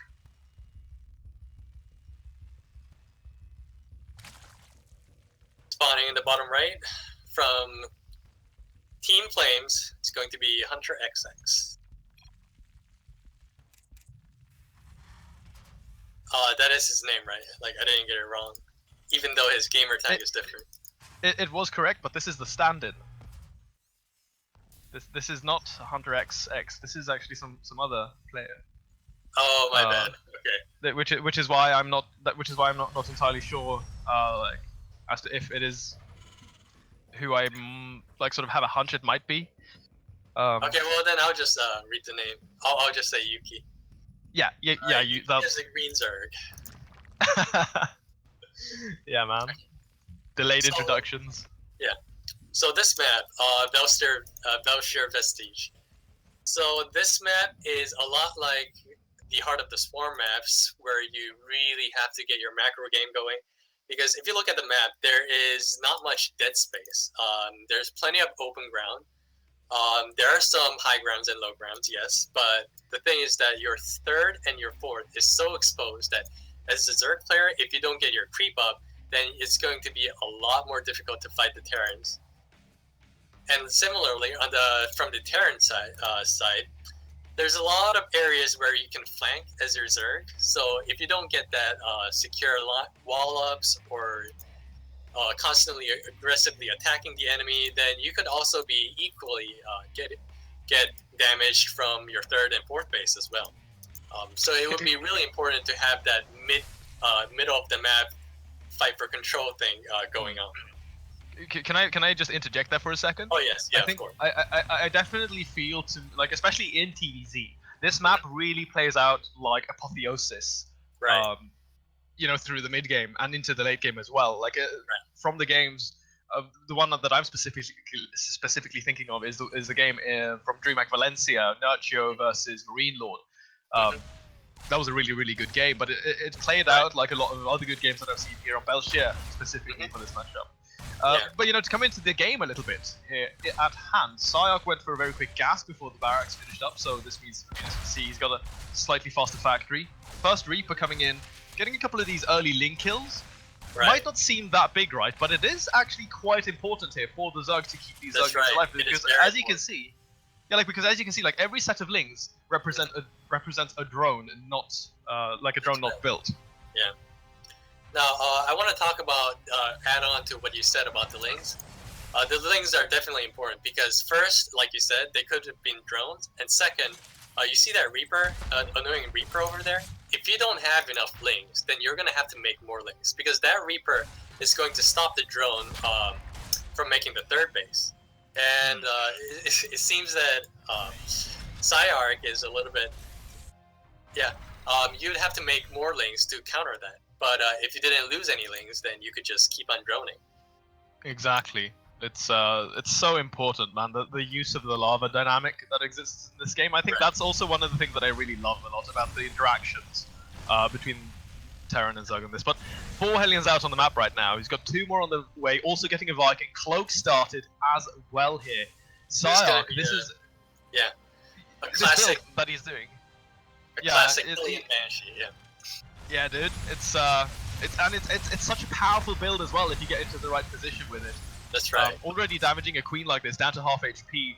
Pretty damn good start here for Psyarch, but the link numbers still not there to challenge this. So Yuki, I mean, he's floating a lot of money right now. 600 minerals there for a second. He's got a road runner away, so I mean that's what he's going to be going into, right? But this, he has to make sure that he doesn't take any damage from this. Right. That's very important. And he's making a roach swarm, but I feel like that is more like a response rather than as a plan. So we would have to see how well these lings hold out against these Hellions, because otherwise the roaches just might be a little bit too late. Oh, but he's went in too deep, and actually these Hellions are doing some serious damage. Oh man, every single ling going down, the 2 queens dying at the front as well. I mean, even if he cleans this up, not only is it going to be hurting in terms of remaking those units, but he's losing so many drones, and the lava production is also going to be hurting. Every single thing that could have gone wrong here for Yuki is this is just spiraled out of control, man. 12 drones going down, all those lings on the queens. Now, Oh. That's very deadly. But now, what's even more terrifying is the upcoming Banshee follow-up. Now, if you look at the map, there is no lair started. There is no spore crawlers. The Overlord that was trying to scout out the tech has been sniped by a Viking. So this Banshee could potentially do even more damage. Oh man. On top of that as well, like he has to remake queens, which means he doesn't have a lot of anti-air. There's no creep connecting any of these bases very well. Dealing with the Banshee is going to be really hard, but I guess this is the one thing, right? These units coming across the map, there's nothing to really defend Psyark because both Banshees have been committed into the middle of the map. So this is his opportunity to get counter damage going, but he is supply blocked right now. Yuki, that is, I mean, he's in a really bad spot still. Oh, I thought it was a bad move because he panicked. Our Zerg player panicked and made roaches more than he should have. But now I'm seeing that because Psyark has went for a really greedy opening with like 3 orbitals at 6 minutes with 2 NG bays. This could potentially be a good thing. You know, we're already supply blocking Psyark there quite significantly. Right. Killing 3 SCVs, I mean, it's not really... The value there isn't really great. But there's also the stop mining time from there. Exactly. That's like the one big thing here. But I mean, Psyark with 3 CCs will be able to recover that deficit quite quickly. But the most important part here as well, though, I want to say for me here, Sluggy, is the fact that he's bought more time for himself to stabilize. Right. Okay, now from on the Zerg side, the lair is a bit late, but there's spore crawlers on each base, so that should be okay. But the worrying thing is that there's 3 Banshees, and that is definitely a lot. Now, normally Terran players don't go for that much because you need to save up that gas, you need to save up those minerals, so you can start building that infrastructure, that necessary barracks for you to get that explosive mid-game strength. But it seems that if the 3 Banshees are doing their work, then I can say that this was definitely a good investment. Yeah, I mean, I think what the reaction there for Psyark, because I think initially he just wanted to go to like 1 or 2, but he saw the roaches moving across the map there, though, you know, with his Hellions. So I think he just went up into 3 to make sure that he wasn't going to be dying outright or losing all too much of this. And I mean, he lost 1 Banshee, but these 2, man, they're paying off in dividends. So many more drone kills. Again, like Todd would say, look at the supply. It's he's doubling his opponent in the supply right now, getting 2-2 as well. So it is clear to say that Terran definitely has the advantage because that early greed with having orbitals at 3 orbitals at 6 minute mark, and he's even starting 2-2 right now. Whereas Zerg got like what? Zerg doesn't even have 1-1, nor did they. There's just nothing here for Yuki. I mean, it's one thing, right, that Psyark gets away with all the early game damage. Right. But that he gets away with the greedy opening on top of that. Like that's great, yeah, dude, it's a double layer sandwich of pain. Right. And that just explains why Hellion Banshee is like, even though it's a really old build, it still shines even today, especially when the Zerg player doesn't expect it. I think that's why it's actually made its way back into the metagame a little bit. Simply because there was like a point in time where Zergs they would never expect this sort of opening. Yeah. Because they were too used to the 2 medevac opening at 5 minute mark. They were just so like we would simply see a lot of Zergs just not have the preparation to deal with something like that. But now Psyark's moving out here. He's got the tanks. All of his upgrades are finishing up. Same combat shields. There's 1-1. Yeah, this is Yuki is. That's just too much, and that'll be GG. There we are. Psyark takes the game in convincing fashion. Definitely well played. There was a nice build order. He executed it well. I mean, that greed opening combined with that aggressive opening, I mean, 10 out of 10. That's all I'm gonna say. 10 out of just. It was just, that's pretty much the best that any Terran player could hope for when you go with that build. So what is that? He got like all the lings. He got the queens as well. That's right. And then that is big as well. I want to point that out. On top of the lings and the drone kills, like killing the queens when you're going to be going for Hellion Banshee. Like the queens are so important defending versus that sort of build. Yeah, especially with that insane range. Yeah. The queens are just, I mean, spore crawlers, they're not going to move anywhere, but the queens with that range, Banshees are definitely going down. Exactly. So a very shaky start there. And regardless though, Psyark ends up taking that game. So right now, the scoreline in this best out of 5 is Devious metaDucks up 2-0. And we are going to the potentially last game on Paladino Terminal yet again. Are we looking at another 3-0 here, Sluggy? Caesar versus Red. I don't know. You know, one thing I always say is that in the world of StarCraft, you never know who's going to win. There's just so many possibilities for comebacks and all that. It's just you never know. No, that's so exciting, man. That's Yeah, why we love StarCraft. It is the best esport. That's just how right. it is, hands down. I mean, I've been in a lot of arguments with people. I play this Company of Heroes. I play an RTS called Company of Heroes, and I argue with those guys from time to time. It's really funny because they go like, "Yeah, StarCraft is a dead game, Tenchi." Well, boys, I don't know when was the last time you guys had a 400k Premier tournament. You know. But Company anyway, Heroes, I didn't even know they did esports on that thing. right? Yeah. It's. I'll let you in on the secret. It's because they don't. But here we are with our first player up in the northern side. It is going to be our Red Protoss, going under the same name actually from Team Flames 1. It is Red.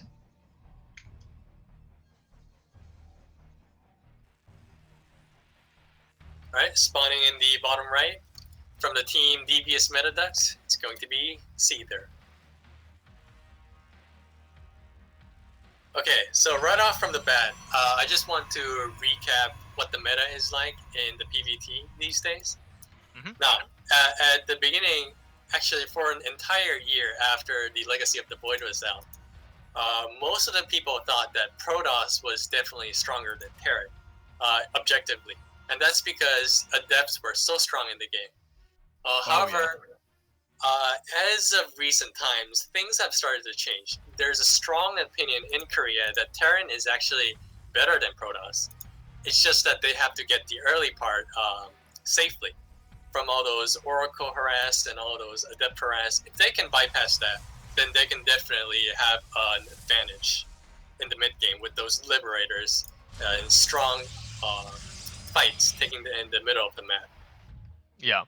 That is, again, you know, I really enjoy this with working with you, Sluggy, because you highlight these things and you have I feel you have a very different mindset to to when you bring these things up, and that because again, like I said previously, it makes me look better than I am because I can add things to that. Because like I said, to just make my point here, I'm really glad you brought that up because there was a period in time in Heart of the Swarm as well where mixed opinions, but generally that Terran was considered to be stronger in Korea as well. Like that's when we had the dominance of players before MMA retired. Yeah, like in that era where Innovation, Maru, and there's one more I'm forgetting. Sorry if I could cut you right over there. This bunker. Oh man. What? This bunker though. He sent the Marine across as well. This is Seether. Okay. You have all seen the Highland Rush, but you guys have never seen a bunker rush before. Oh, that is completely What is this? Dude, he's gonna force the photon overcharge here. Yeah, he needs 2, I think. Oh no, he's just... my god. Okay, I don't know. He actually managed to salvage it. No. This is so sick. I love stuff like this, right? Because he forces the photon overcharge. Nor have I. I've never seen a Terran do this. Yeah. Oh wow. And he's even gonna get the scout with the SCV as well. Okay, never mind. He doesn't see the robo. Okay, that's fine. But Seether now with this, he pops one of the very early photon overcharges, which means that when the drop comes in, there's only going to be 1 available. And like if he delays that a little bit and then waits until he has a high count in Marines, there's going to be 2. But that's going to make the defense that much harder here for Red. This little movement from Seether, I love cute details like this. Yeah. Very accurate analysis. I agree with you 100%. It's that bait of the overcharge rather than a failed rush attempt. No, it's nothing like that. Like even the salvage on the bunker there is just like such a good detail because he maintains 75% of the money there. Just really good timing. Okay, now he has to be a little bit careful because Marines cannot fight Stalkers without stim.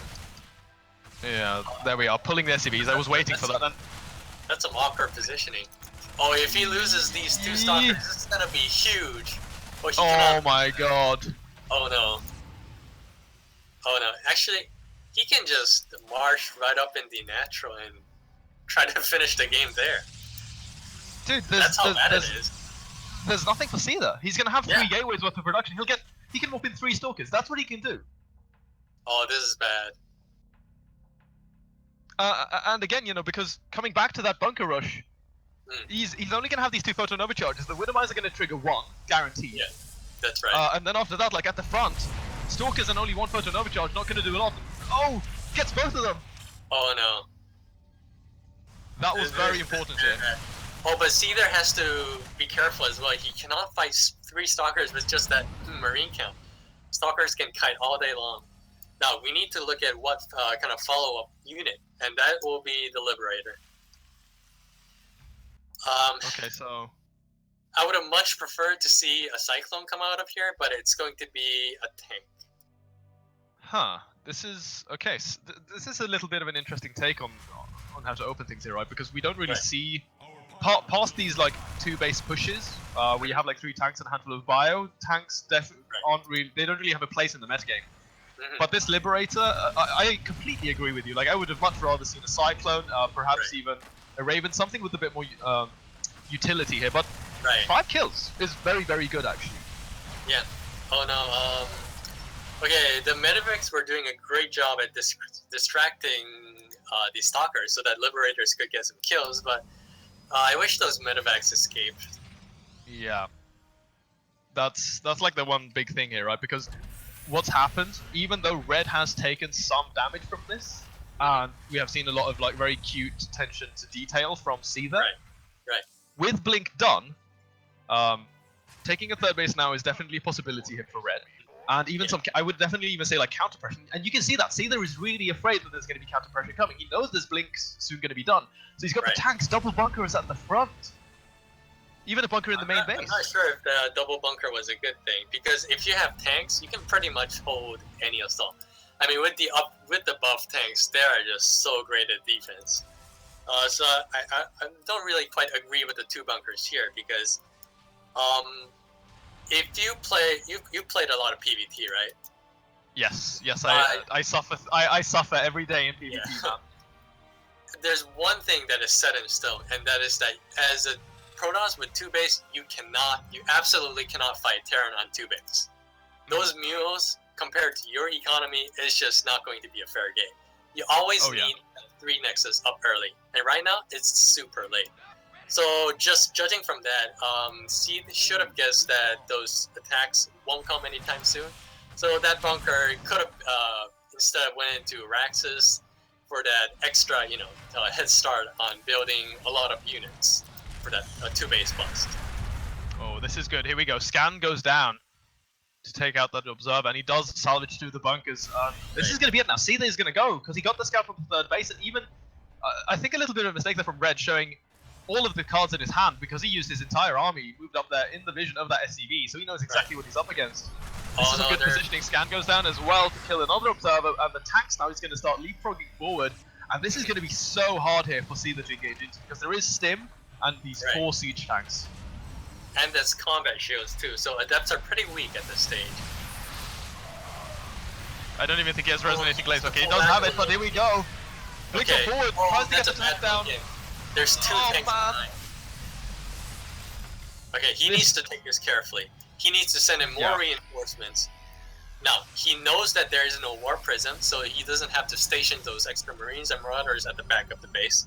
He needs to join up forces and try to take this down, take this 3rd base down before it's fully saturated. Yeah, more reinforcements comes on in. The Adepts are going to get right on top of some of this by and the tanks as well. Really good positioning right now for Red, but the target fire right now for Seether with these tanks on the Stalkers is really key. As you can see, they just tear through the Stalkers. So much damage being dealt. 3 going down to the splash there. But Red will hold on seemingly here. Oh, he needs to pick up that tank. That tank is huge. Okay. This Red holds right now, and there is no 3rd base here for Seether. He lost the brunt of his force. Okay, never mind. He does have a 3rd command center. I spoke a little too soon. So this is at least good here, right? Because now he will have a backup economy to go with. But on the other hand, Red 2-2 upgrades very, very quickly. Right. And that's something I like, because once you have 3 base, mining way earlier, and if you have that 2-2, then your gateway units will actually go toe-to-toe with the stemmed bio, which is saying a lot, especially with the Sentry Shield popping up. Guardian Shield, man, is so key. That, what is that? You get +4 armor in total if you stand inside of that. Yeah, +2. it just like completely crushes. Yeah, so like if we count +2 armor plus the shields, or plus the guardian shield, yeah, that's useless. It's so you're yeah, dude, they just become paper guns basically. But this is, I mean, breaking this position though, where you have these 4 liberators, a bunch of widow mines as well. I don't think he can really go into this. But I like the fact though that he is being a little bit aggressive. He is posturing on the map right now. StarCraft is a lot about that posturing, and this is really nice. He shaves off 4 adepts, gonna send them into the natural expansion. See how much he can get done here right now. I think they're more for delaying the Terran army so he can get his upgrades up, as well as getting that 3rd base saturation advantage. You know, because he's got that filled up way earlier than Terran did. So yeah, this is a nice way to delay it. But what I would like even more is that if he put a warp prism and just start dropping units from behind. Some pretty big hits there from those widow mines and a couple of marauders. And again, coming into the natural, killing more SCVs. But there is one thing here, Sluggy, that I want to criticize for Red, even though he's been doing a good job keeping himself in this game, finding even an advantage. There is no splash damage to go with this, and even though he has a great upgrade advantage, it will fall off versus the high-tech army that the Terran has. That's right, especially when you have mines and liberators. A well-mixed composition will be very deadly to the Protoss army. And as you can see, this engagement right now going down on all sides. These liberators doing some work. The adepts though tearing through the bio in the 3rd base, but now with so many liberators, as you can see, Red, he can't stay around for too long. 14 rockets have gone down, but he loses all of his adepts. He loses the gateway units, and Seether, on the other hand, he maintains all of these high-tech value target units, such as the liberators and the mines and the metaDucks. Right. The liberator count is really high right now. It's going all the way up to 6. And I'm sure there's going to be more on the way later. Because Terran right now has a very high gas banked up, so that's going to be liberators later on. So I think Terran is definitely having the advantage over here right now. No, absolutely, man. There is no doubt about that. The Widowmire is going down there as well. Another great position. Oh, quick mistake there from Red, accidentally shifting those adepts forward. But now we can start peeling off some of these gateway units, and all this production is so key. I mean, the mainstay of the Protoss army are just the gateways. Yeah, that's another good pick up here. But here we go. I mean, is he going to commit into this? So many liberation zones. No good. Taking the fight on the right hand side. He needs to fight with the mines. I don't know. I think that Seether has found the position. Yeah, I think so. One of the reasons why people say that Terran is so strong versus Protoss right now is because once you get those positions right with the Liberators, it is so hard to break them. Oh man, these two armies. Red has decided that he cannot win against the Liberator encampment, so he is going for a base trade. Okay, this is how this plays out, but with the Terran supply leading so high, I think it's going to be difficult for our Protoss to win.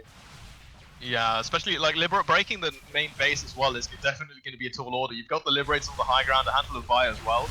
Right. Third base has gone down for both of our players, but now Seether, I mean, he's going to come back home. All of these units are trapped pretty much, and yeah, even with Blink on cooldown now, he's going to shift at least down towards the left-hand side. There are a lot of exposed SCVs there, but behind this, Red, at least he did a good job. He took that fourth base down to the bottom left, so he will be able to pull back on that a little bit here. I'm surprised that our Terran player actually pulled out. Yeah. Yeah. But he did get the third base, and the fourth base is in the process of getting saturated. So ultimately, I think the Terran player did play this off pretty cool, very calm. I think it was a great decision in the end. Again, though, he lost that third command center, so he's floating. No, he didn't lose it. What? Okay, I thought he lost the third base. He repaired it very quickly. Oh yeah, yeah, okay, that's really, really good here that Seether maintains that. I'm sorry, guys. My bad, I wasn't paying attention. So now the game has slowed down again, stabilized a little bit. But again, Sluggy, I want to come back to this. Now we're just seeing High Templar being added in. Storm is just starting.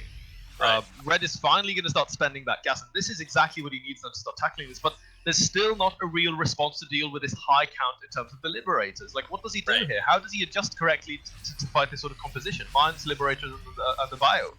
Okay, against Liberators and Mines, which is a deadly composition for a Protoss Gateway unit, the usual counter is that you either want to make range Colossi, or you make Tempests. Now, if you see the third base of Red, those two gases are just being built as of now, which means that with the gas count so low, there's no way he's going to make Tempests. So it's going to be really difficult, and the only way he can win is if he can make those Liberators siege up and unsiege a lot. That way he can prevent the Liberators from taking such a good position. But that is going to require such a high level of finesse. Yeah, it's going to be really hard. That's like the one thing, you know, when it was the same thing like when you force the siege tanks to siege and unsiege constantly to just buy time, try to pick them off, like shave off the Liberator here and there. But in terms of the armies right now, the upgraded advantage is in the hands of the Protoss. He's got 3/3 upgrades to work with.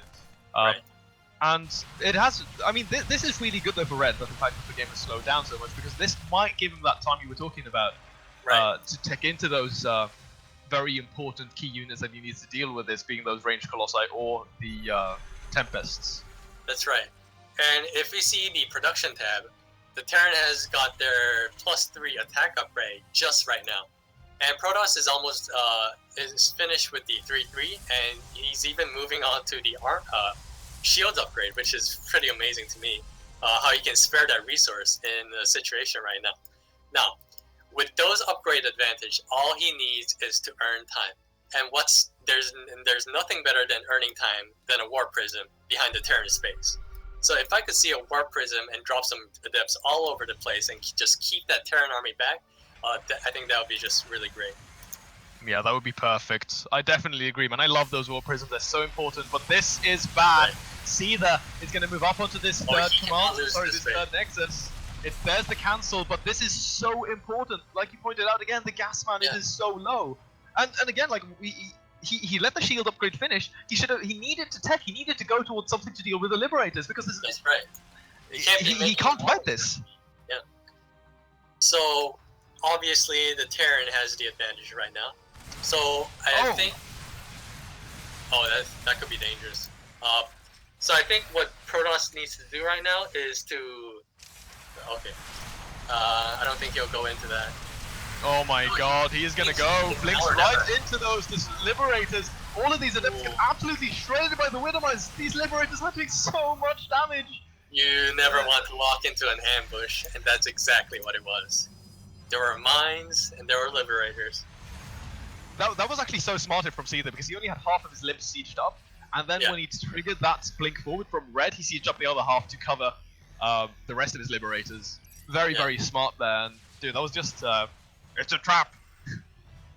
Okay, now the Protoss player realizes that he cannot do that again, so that's why he's moving around, trying to catch them off guard.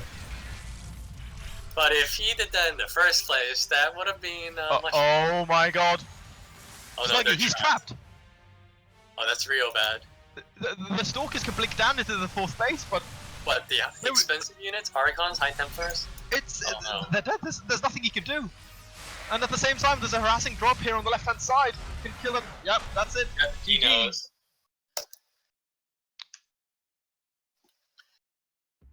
I think that was our best game of the night so far. That was yeah, no doubt. Yeah, that was interesting in many ways, and there were some solid performances on both sides.